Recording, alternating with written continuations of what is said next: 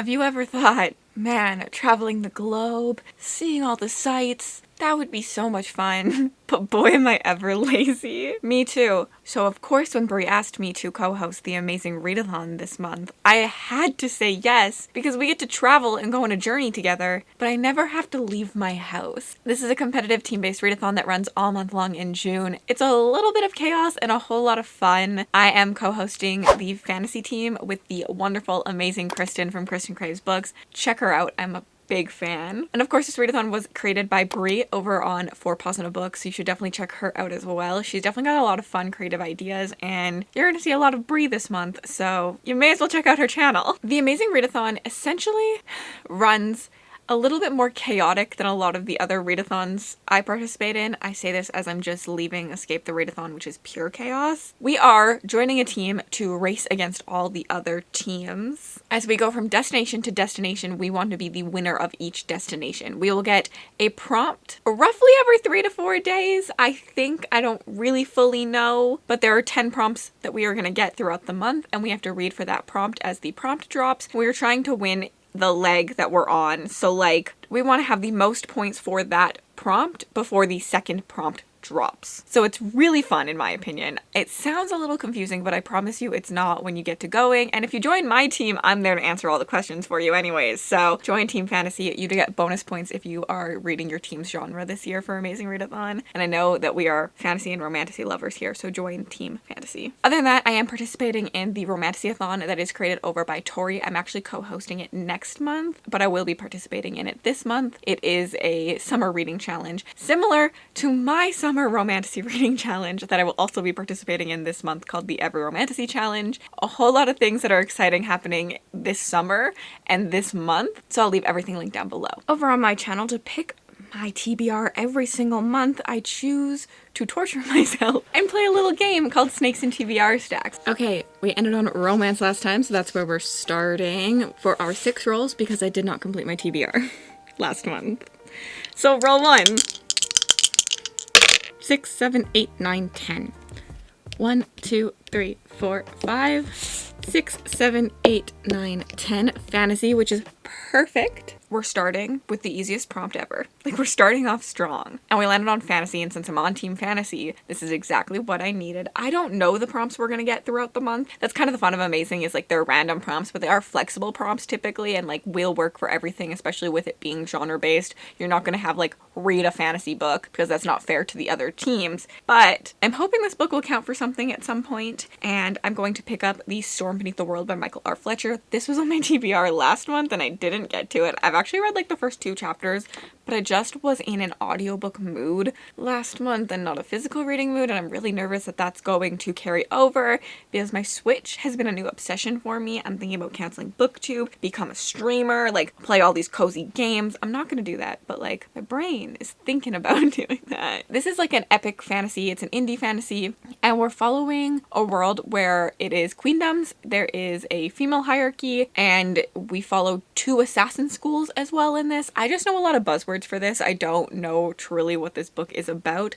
The characters in this aren't humans, which is interesting. Not normally my preferred style choice, but I'm really interested to see the discussions on them because they are like these like creepy little bug looking things, and I like creepy things, so I'm into it. I don't know if the microphone just picked up my stomach growling, but I am hungry. For roll 2, be a good one. 5. 1, 2, 3, 4, 5.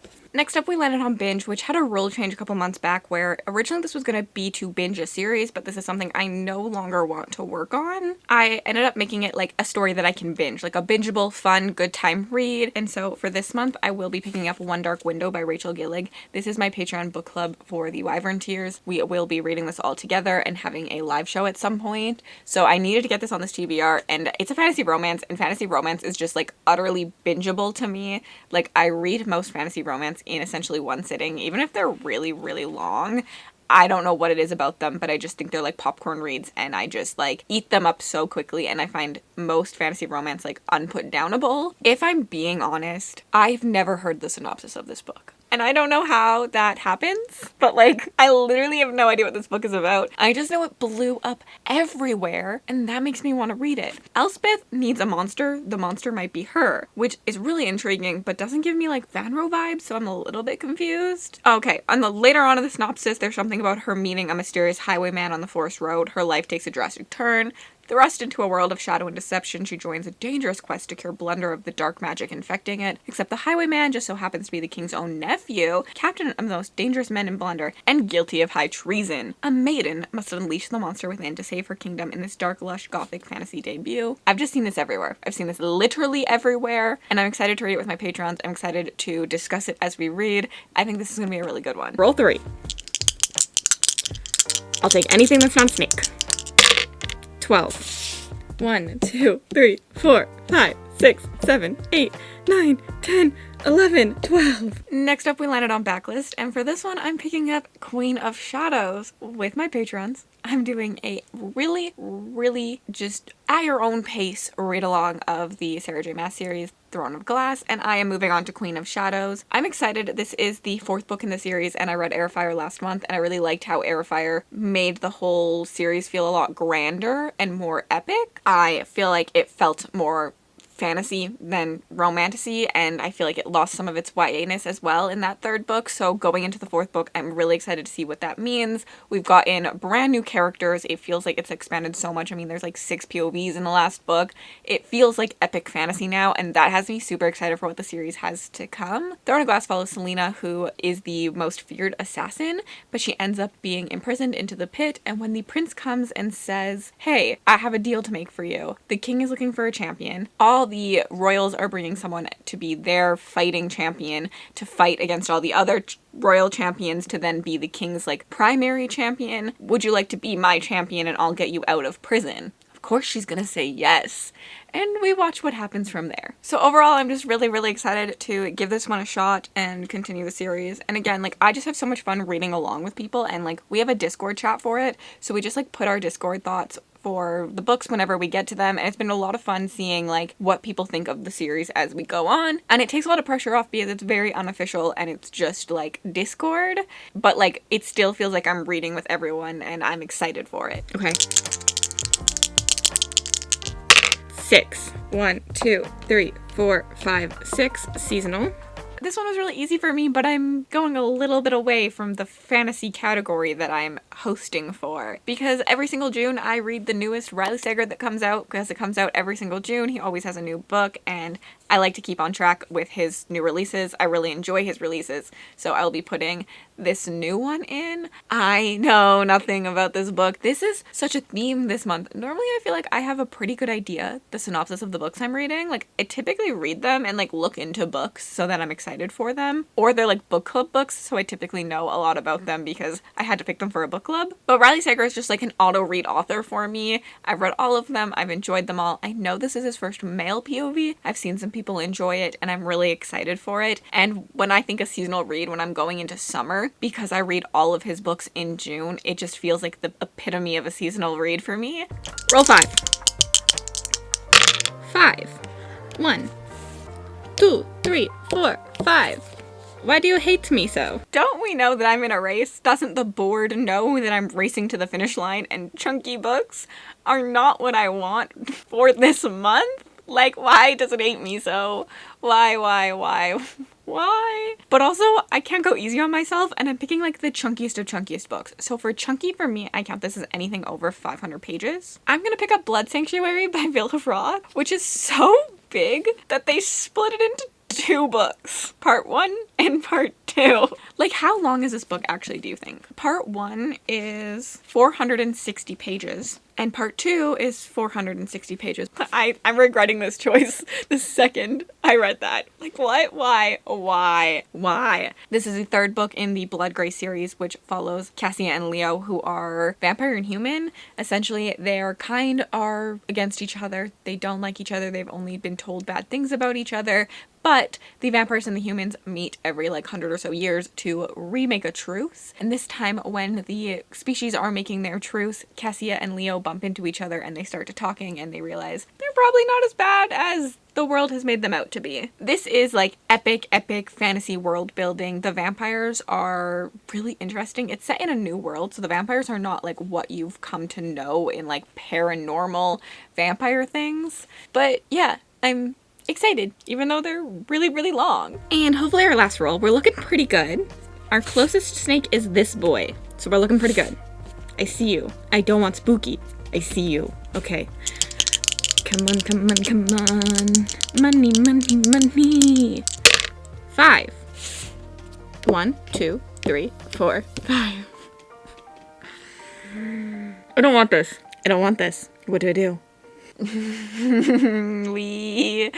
This is not good. I don't want this. I do not want this. I hate this prompt and it will not be existing on this board ever again. I don't like it. So I'm making up a new rule. I just don't want it. This might come back and haunt me, but I've decided that since I don't want it, I can skip it, but I have to add another roll. So essentially I'm already adding another book. Becca has this rule for Becca's Bookathon and I liked it, so we're gonna do it.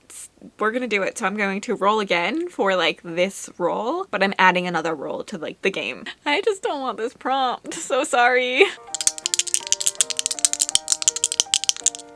7. 1, 2, 3, 4, 5, 6, 7. Okay, rainbow. So this prompt means that I have to pick a book cover that is the next color in the rainbow than the last one I just picked. The last one I picked is this, and these are like purple. They're kind of like a grayish purple, but they're purple, which means they're violet. And of course, at one point when I made this game, I was like, white and black come after that because I have white and black covers and I didn't want it just only be color covers. However, I don't remember if it's Roy G. Biv, black, white, or white, black. So I'm kind of cheating again. What's new? And I've decided it's going to be black, white because I really just want to pick the book that I'm about to pick, which is the next book in the Court This Cruel and Lovely series, or I think it's called the Kingdom of Lies series. This is on my host favorites for Amazing Readathon because I knew that the last book in the series was about to come out this month and we could all binge it together. We could all read it and you can like binge the entire series, and the series is so fun. I think it's called A Queen is Fierce and Deadly. Hopefully I got that right. These titles mess with my brain. I never remember them. This series follows our main character who grows up in a world where when you're a baby, you give your magic away to the gods, and on like your 25th birthday, you get it back. However, if on your 25th birthday, the people come to give your magic back and it turns out you just always had your magic, they kill you and your entire family because this means something's wrong with you. We follow our main character, who of course is gonna turn 25 soon. I actually don't know if that's the correct age. Do not at me on this age. It's some around that age and I'm just guessing 25. But her birthday's coming up and of course she has had magic the entire time, so she has to figure out how she's gonna escape, how she's gonna save her family. And of course, when running away, she meets some mercenaries and they end up working together because they have similar plans that they need each other for, and things get a little spicy. This one is just so much fun. I've never laughed so hard in a book. Like, I giggled my entire way through. I really, truly enjoyed this series so much. I think it's a lot of fun. It's really bingeable. Definitely pick it up for Amazing Readathon. 1, 2, 3, 4, 5 video project. Oh no. I knew that this was going to happen. I knew that this last roll, because I decided to add another roll, was gonna be a freaking snake. I knew it. I shouldn't have done it. I should have just read TBR vet. But like, I just like hate that prompt. Like, why is it even on my board? I hate that prompt so much. Like, they're TBR vets. I probably don't want to read them.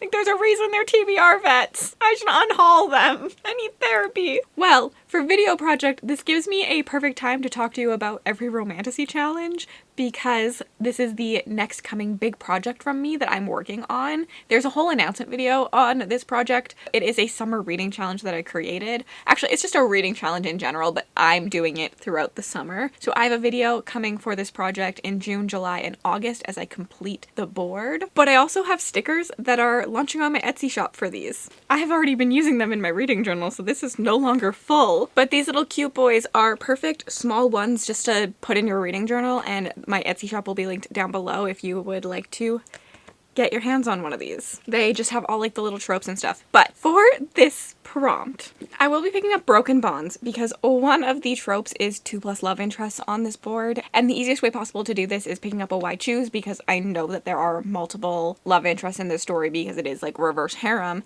However, I said in the announcement video that like just like a love triangle or something would count too. It's not like specific to reading Why Choose. And I've heard really good things about this thing. I've heard that it's fun. I've heard that it's really easy to binge. So it was the perfect book for me for this month because I think I'm really excited to read it. I've liked J. Brie in the past, and I know I get along with her writing. I haven't tried enough Why Choose that I'm not sure like Why Choose really works for me yet, or if it doesn't work for me. So it's a fun experiment for me to try it out, and I'm really excited. I literally know nothing about this book besides that it is reverse harem. After the death of my mother and her bonded, I was relieved to find my own bonds. I was sure everything would be okay if I had them. It wasn't. The fate of our people is in my hands, and I know we're better off if I'm alone. After 5 years on the run, I'm caught and dragged back to face the men I ran away from. I thought I was doing the right thing. Now I'm not so sure. North, Knox, Griffin, Atlas, and Gabe may never forgive me, but one thing is for sure. I won't ever forgive myself. I'm in. I don't know. I'm intrigued. I know there's something about bond magic and things like that. A lot of people just like love this series, so excited to give it a try.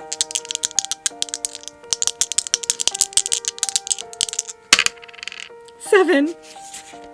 1, 2, 3, 4, 5, 6, 7. Binge. And our last roll landed us on binge again, and so I'm picking up another fantasy romance because one, every Romantasy challenge I want to read this for, but also Romantasy Readathon it will probably work for, and I'm just obsessed with fantasy romance these days. I'm picking up The Ever King by L.J. Andrews. There is a bonus prompt on the Every Romantasy challenge for pirates, so I know this has pirates. I figured I would read it and see how I feel about it, and if it matches a other trope on the Every Romantasy challenge, even better for myself. There's something about some guy under the sea that they stole his crown, and to get revenge, he steals their daughter. That's like all I know. There's something, I don't know. For years, Eric, the scarred king of the Ever Kingdom, has thought of nothing but vengeance against the man who killed his father and trapped him beneath the waves, making Eric a prisoner in his own realm. When his enemy's daughter unwittingly breaks the chains on the Ever, and Eric plans to toss her into his game as revenge, she's innocent. He's vicious. But will he take back what he lost no matter the price, unless she steals his heart first? It's a fantasy romance. I feel like I'm just expecting a good time, and I can't say much else about it. I like that they named him Eric, because it gives me Little Mermaid vibes. She should have been Ariel. It feels kind of freeing to like have all the books that I needed to read on this TBR. This is what my stack looks like. It's kind of huge. I take it back. I regret it. It wasn't freeing. There's too many books on here. I don't know what I'm gonna do. Which is why I need you to be on my team for the Amazing Readathon, because I need people to help me out and not be me, be better than me. So come join my team. I'm gonna leave Bree's announcement video on the screen for you, as well as my Every Romantasy challenge. And if you went all the way to the end of the video and you'd like to leave me an emoji just to say you were here, leave me an emoji for the team you're joining for Amazing Readathon. Or a dragon, because you're actually joining my team no matter what.